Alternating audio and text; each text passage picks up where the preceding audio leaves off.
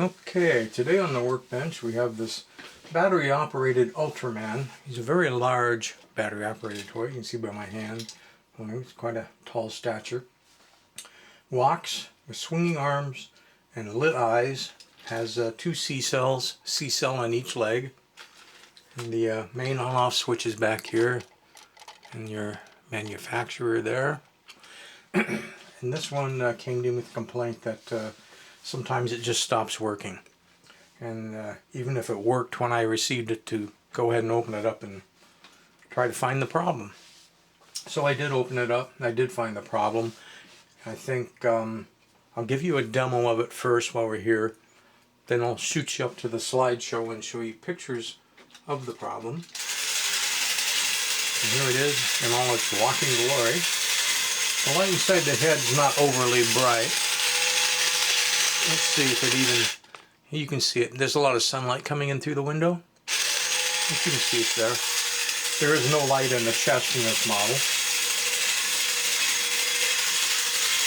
It's a good solid walker, a good robot, and you can move the arms without breaking any linkage or anything like that. Okay, so now let's take a look at the computer. Let me show you what's going on here, or what I found to be a problem at any rate. Let's get that light turned off. Let's zoom in a bit. Here we go. So this is the robot with the front of the body off, so we can see. And the first thing I noticed when I looked in there this way is all of the gears are plastic. Of course, that's bad. It's not meant to last. Here's another view with the front part of the body off, showing it here.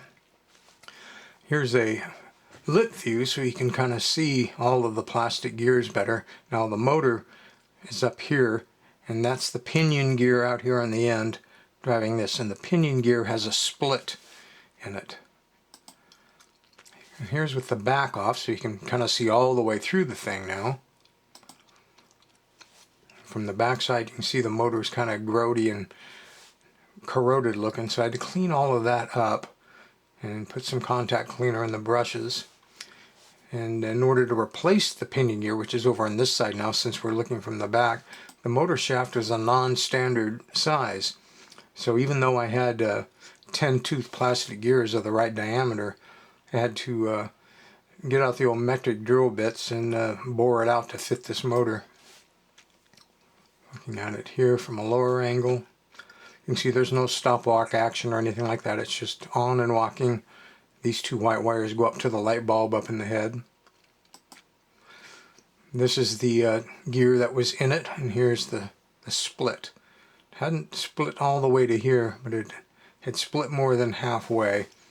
And what that would cause is it wasn't really slipping on the shaft of the motor yet, but anytime you have a split, then the distance between these two teeth has been altered, and when it would come around to the next big gear that it's running on, the large plastic flat gear, depending on where you stopped it, it could get stuck there and not want to move. Here I am showing where it goes.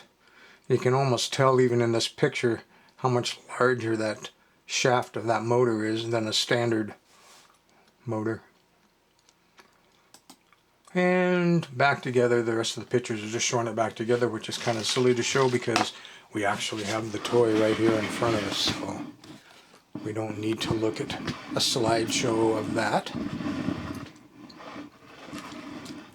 There we go. And in case you'd never seen inside, when you've got these little clips you move, and then you've got your C-cell battery that drops down in there. Got your standard shuffle walking ratchet wheels, and one nice thing they did is they did put ratchets on both the front and the rear. One thing that they did that isn't nice is the whole bottom of the foot is plastic. So they used a little bit too much plastic in this, so I'm sure this must have been late 60s.